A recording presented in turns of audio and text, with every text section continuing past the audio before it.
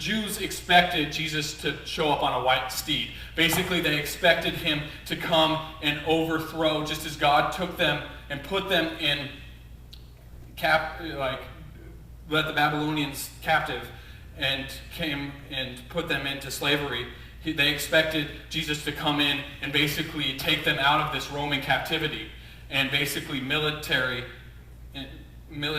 kind of way and overthrow the Romans. And they saw it as a physical. And so they saw this picture of Jesus coming in and basically being a militant leader.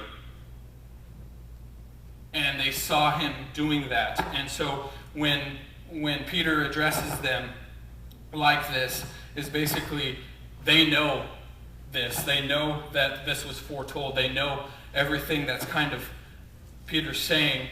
And I think in the church today we see God through these glasses. We see God through a lens that basically the way we see God taints the way we expect him to show up. Is that it taints the kind of experiences we have, is that we see Jesus as kind of just this certain way because of the way we grew up or the different influences we have. And psychology tells us that we, because of the loving father or the parents you had or the family you grew up in, that's how you live your life.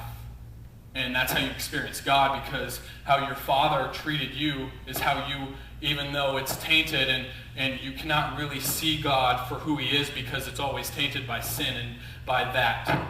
And so when we look at our own experiences and if that was bad or good, it's always tainted by this picture, just as the Jews always saw God in this certain light of the Old Testament law, and if you break that law, there's going to be consequences and the wrath of God and all these things that they grew up on, and how basically that everybody in the Old Testament, how they did things, and when Jesus came as fulfillment of the law, they didn't see it in the light of the Old Testament, because Jesus' love and all those things didn't really add up. They didn't really see that. So that was kind of like, it's kind of like us picturing God in that way. It's like we can't really experience that. We really can't understand how righteous and how holy God is, because just as Moses couldn't see just a glimpse of God, he could just see a glimpse.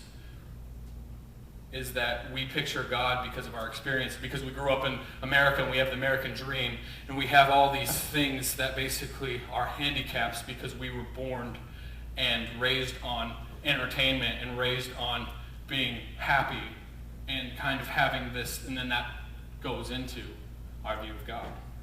And now, brothers, I know that you acted in ignorance as did your leaders, and Jesus really, when he was on this earth, he really spoke out against the Sanhedrin and these people that basically would walk around like this, and they would act in ignorance, and they would speak out against Jesus, just as some Christians today speak out against other Christians and against sinners, and they don't love them, just as Peter loved this crippled, because according to this scripture and according to the Bible, these cripples and these people that were almost rejects and the worst of the worst, and the people that begged for money, were just kind of outcasts. And people didn't want to love them because, really, that's not what, they just want our money. They're just using our society. They're not working for anything. So Peter's really saying you acted in ignorance. You acted in ignorance for looking at these people in this way, and then for giving us the credit, giving Peter the credit. And now you see this, that it's kind of, like I said, is that the influences and the leaders are basically going to influence you, is that if you hang out with Nicodemus or one of the people of the Sanhedrin that were teachers and taught you the certain way, you're going to believe that way.